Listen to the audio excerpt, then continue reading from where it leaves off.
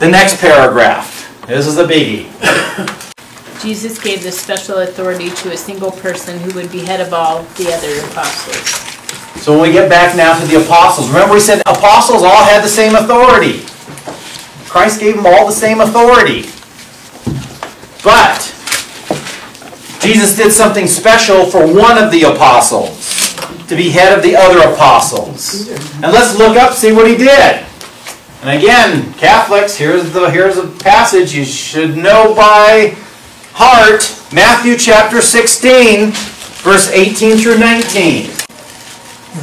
And so I say to you, you are Peter, and upon this rock I will build my church, and the gates of the netherworld shall not prevail against it.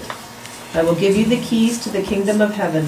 Whatever you bind on earth shall be bound in heaven, and whatever you loose on earth shall be loosed in heaven.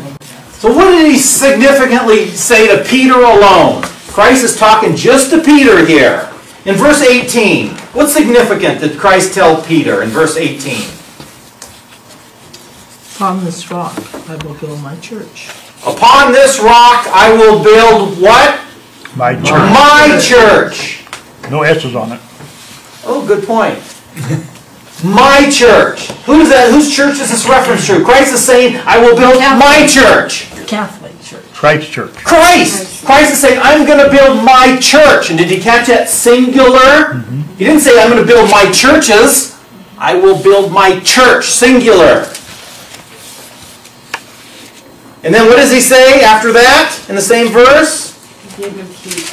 The gates Of the nether world shall not prevail against it. The gates of hell will never prevail against my church. He makes this promise. Do you think Christ, if he makes a promise and he says, the gates of hell will never overtake my church, you think he might be right? Well, he better. I would certainly hope so. So, this gives us assurance in the Catholic Church. You know, sometimes things don't go very well. We got turmoil, we got scandal, we got all these bad things happening. But, do we have the assurance that despite the bad things that may happen in the church, do you think the church might still continue? Oh, yes, because they promised. He promised. And look in history. How old is the Catholic Church? 2,000 years. 2,000 years old. Almost 2,000 years old. Do you think this church would be in existence if it was just run by mortal human beings? You have it screwed up so bad. It had it screwed up in 10 years. So it couldn't have been by man. It has to have been by God's intervention. What organization has been in existence for 2,000 years? The Catholic Church. Other than the Catholic Church. Think about it. When mortal human beings are in charge, you know, things just don't happen like this. So we know that Christ is true to his promise. The gates of hell. So despite how bad things looked back then, we see history tells us the gates of hell didn't overtake the church. And even now, we're declining in priests, all these bad things, these scandals. But despite all this, is the church ever going to fall away? No. That's our assurance. Can I just say something about the keys? Okay, that's our next topic here. Did I? Okay, so then let's go to verse 19, Helen. What does Christ now tell? He's talking to Peter. He says, Peter, upon you I'm going to build my church, and the gates of hell will never prevail. Then he's going to tell Peter something very interesting. I will give you the keys to the kingdom of heaven. Whatever you bind on earth shall be bound in heaven, and whatever you loose on earth shall be loosed in heaven. So Jesus gave Peter the keys. So that means that Peter now has the keys to heaven. Right? I just heard a pastor preach this about a month ago. No. The keys mean that Peter now has the ability to open up the gates of heaven. Nope. What are the keys all about? It's an office. It's an office. It's an office, yeah. But what are the keys? What's the big deal? Has everyone been to Rome? Yeah. St. Peter's. In St. Peter's, a big statue of good old Peter. I think it's almost black colored. And that statue, and most of the time when you see a picture, a painting, a sculpture, stained glass of Peter, he's usually holding something in his hands. Keys! It comes right here from Matthew 16. But why does he have the keys? What's so important about having these keys? Catholics, you need to know this. I haven't used that yet. I'm almost there. The importance of keys, Jesus giving Peter the keys. Authority. It means authority. Prove it. This is what someone's going to say. Prove it. It's in the Bible. Yeah. Isaiah 22.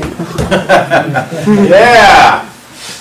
Where did Jesus get this concept of giving keys to somewhere?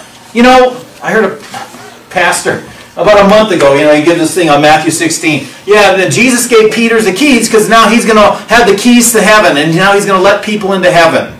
And after the service, I went up to him and I said, hey, Robin, you ever consider another passage where Jesus might have gotten this? Have you ever heard this? And he never heard this before. But let me show you. Jesus got this from the Old Testament. I know I've said it in this class before. St. Augustine had a saying. He said the New Testament is concealed in the Old, and the Old is revealed in the New. Here's another example of this. Jesus is picking something up that has been in existence in the Old Testament and now bringing it to fulfillment in the New.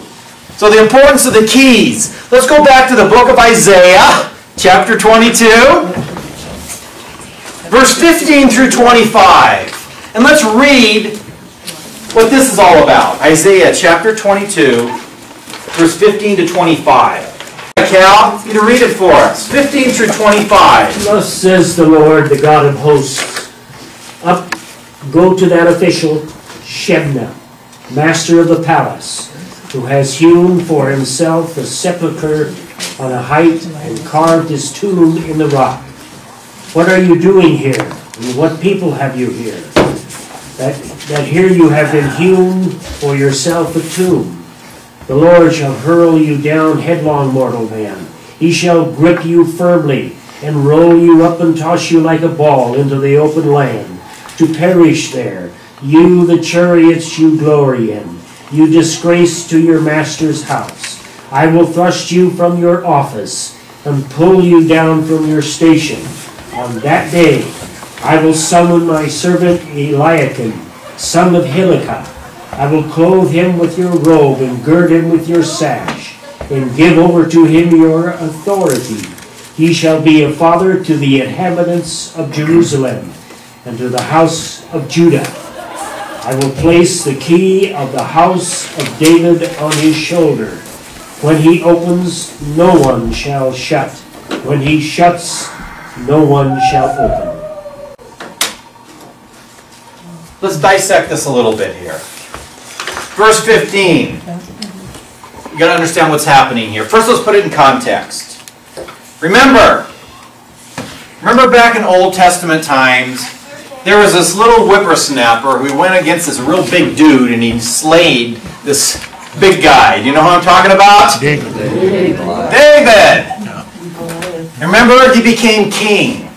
Okay, in the Old Testament times, we had a Davidic kingdom, where we had a king, and he oversaw the chosen people, the Jews, and they had a king. And when that king died, who was David's successor? Solomon. And every time they had a king, they had other people in place to help the king run, the empire. And what we had the king, and the king always had a prime minister. What's a prime minister? Think about England. Who's ultimately in charge of England? Prime Minister. No. The Queen. You have the Queen, but then you have a prime minister. So really, the prime minister is really just second in command under the king. So in the Davidic kingdom, all these kings, they were the ultimate ruler. They were the ultimate king.